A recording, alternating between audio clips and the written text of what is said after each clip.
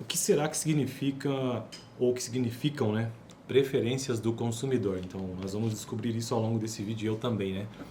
Esse vai ser o assunto de hoje, que faz parte de uma playlist de economia, né? Porque a playlist geral é economia, mas o assunto específico, ou a playlist específica é de microeconomia, que é uma das grandes áreas da economia, juntamente com macroeconomia, entre outras áreas.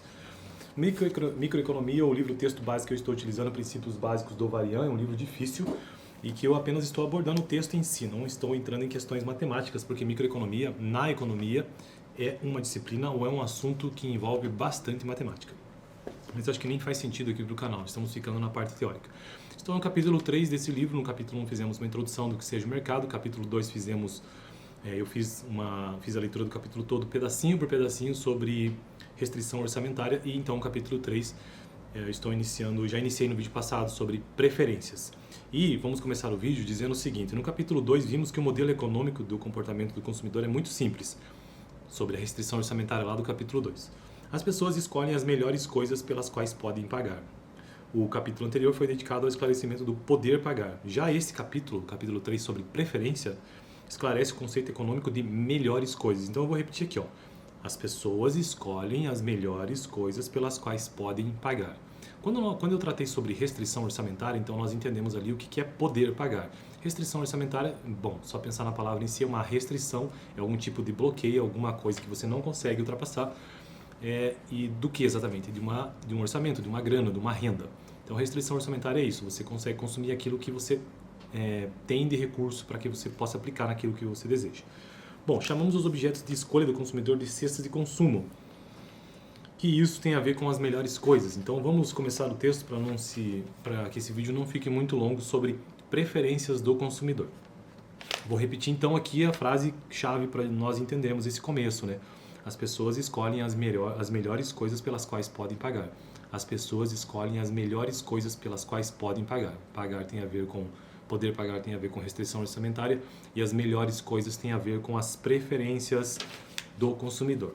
Suporemos que, dadas duas cestas de consumo quaisquer, X1 e X2, e Y1 e Y2, o consumidor poderá classificá-las de acordo com o grau de desejabilidade que cada uma delas tenha para ele. Ou seja, o consumidor poderá concluir que uma das cestas de consumo é bem melhor do que a outra, ou achar que é indiferente a ambas. Utilizaremos o símbolo, tem um símbolo matemático aqui, para significar que uma cesta é estritamente preferida à outra, de modo que X1 e X2 é estritamente preferida a Y1 e Y2. São duas cestas de consumo aqui, né? Lembrando, cestas de consumo são objetos de escolha do consumidor, tá? Cadê? Tarará.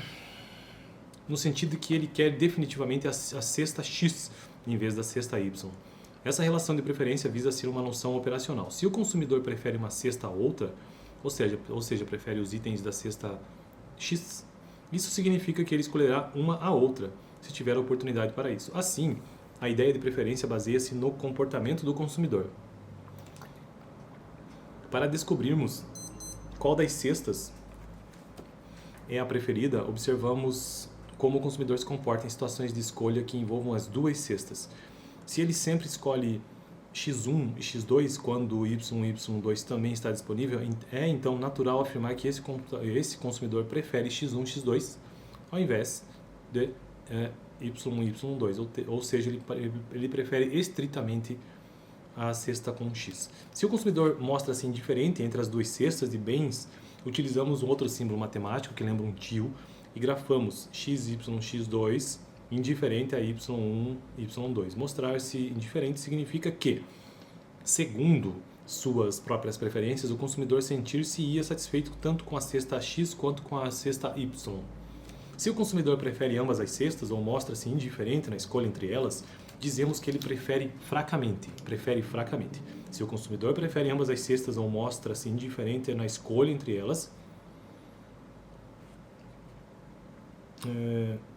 dizemos que ele prefere fracamente X1, X2 a Y1, Y2 e grafamos X1, X2 prefere fracamente Y1, Y2. Essas relações de preferência estrita, preferência fraca e indiferença não são conceitos independentes.